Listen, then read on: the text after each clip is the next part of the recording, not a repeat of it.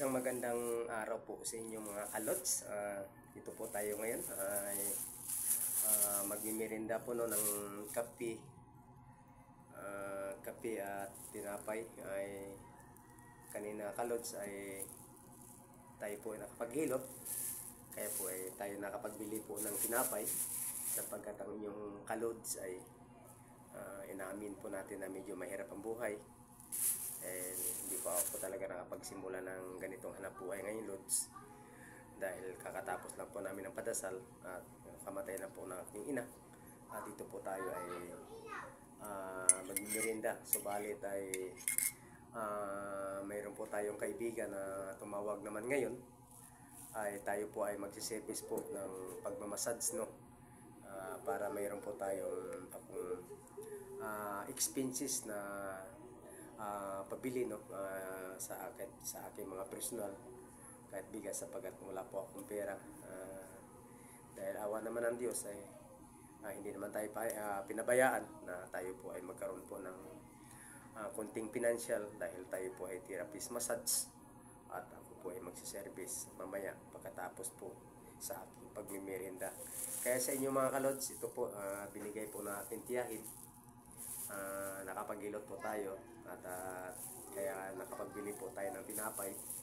At ito po ngayon, mainit na kopi blanca, no? Dahil ang inyong kalods ay mahilig po talagang magkape, no? Ito po yung aking bisyo, pag-inom ng kopi ko blanca at pagmimerenda ng tinapay. At ito po binili po na doon sa bakery at mainit na mainit po yung aking tinapay, no? Ito guys ay 20 pesos lang po ito, no? Isang piraso. At tayo po ay magmimirinda. At sa inyo mga kalods, sa ating mga friends, mirinda po tayo, no? Samahan niyo po ako sa aking pag-snack. Konting mag-upload muna ako sa aking pagko-content ngayon, at saka naman din po ako alis at tayo po ay magsiservice sa ating pagmamassage. Dahil sa ngayon panahon ngayong kalods ay wala pa tayong kita. Alam niyo naman yung kalods ay waiting pa tayo na awa ng Diyos ay baka sa mga sunod ay mabigyan din tayo ng konting biyaya sa pamitan po ni Boss Mita, no? Kaya sa ating mga kalods, konting tiyaga, sipag at pagtitiis sa lahat ng ating mga gampanin bilang inyong mga ka-vlog, no? Lalo sa ating mga content creator. At sa aking mga friends, maraming salamat sa inyong suporta, no? Sa inyong pagpapanood sa aking mga upload video at sa inyong pagko-comment, sapagkat ang ating mga personal ngayon, alam po natin ay medyo crisis, no? Sa panahon ngayon dahil sa mga ulan at lalo sa mga sakuna. Subalit sa panahon kalods ay hindi po tayo nawala ng pag-asa, ay tayo po ay manalig sa Panginoon at tayo po ay manalangin na tayo po ay mabibigyan ng mga biyaya na sa ganitong mga personal po natin pangailangan. At hindi naman po tayo tulad sa ibang mga vlogger dyan at sa mga content creator na angat sa buhay at may sahod at may mga anak buhay. Subalit ang inyong kalods ay how many months na po tayo, ay mag 9 months na po ako ngayon.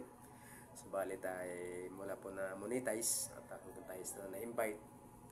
So awa ng Diyos ay may mga earning na po at medyo mataas na po. Subalit hindi pa tayo na nabigyan. Subalit na sa inyong mga kalods ay hindi naman po tayo nag-isip na doon po sa mga ganun ay tayo po ay awa ng Diyos ay bigyan po tayo ng kalakasan, ay tayo po ay magandang buhay pa ng ating personal pangailangan. Inaamin ko naman kalods na wala na po akong magulang, namatay pong nanay, wala na po akong pension na nakukuha po sa veterans dahil ang nanay ko po ay asawa lang po ng aking tapapa. So pagdating doon ay wala na po na makukuha. So sa inyong mga kalods, maraming salamat po muli sa lahat ng aking mga kaibigan at sa inyong pagsuporta, lalo na po sa aking YouTube channel, Kanoy, no? Thank you sa aking mga friends sa inyong pag-subscribe sa aking YouTube channel, Kanoy, at lalo na po sa aking pagre-reels at sa aking pagka-content dito po sa ating itpin, no? So So sa inyo mga kalods, ako po bumabati sa araw nito. Magandang hapon po sa inyo at God bless po sa lahat ng ating mga friends. Please paki-like, comments lang po dyan sa atin, dyan sa baba, sa ating mga viewers. God bless po sa inyo.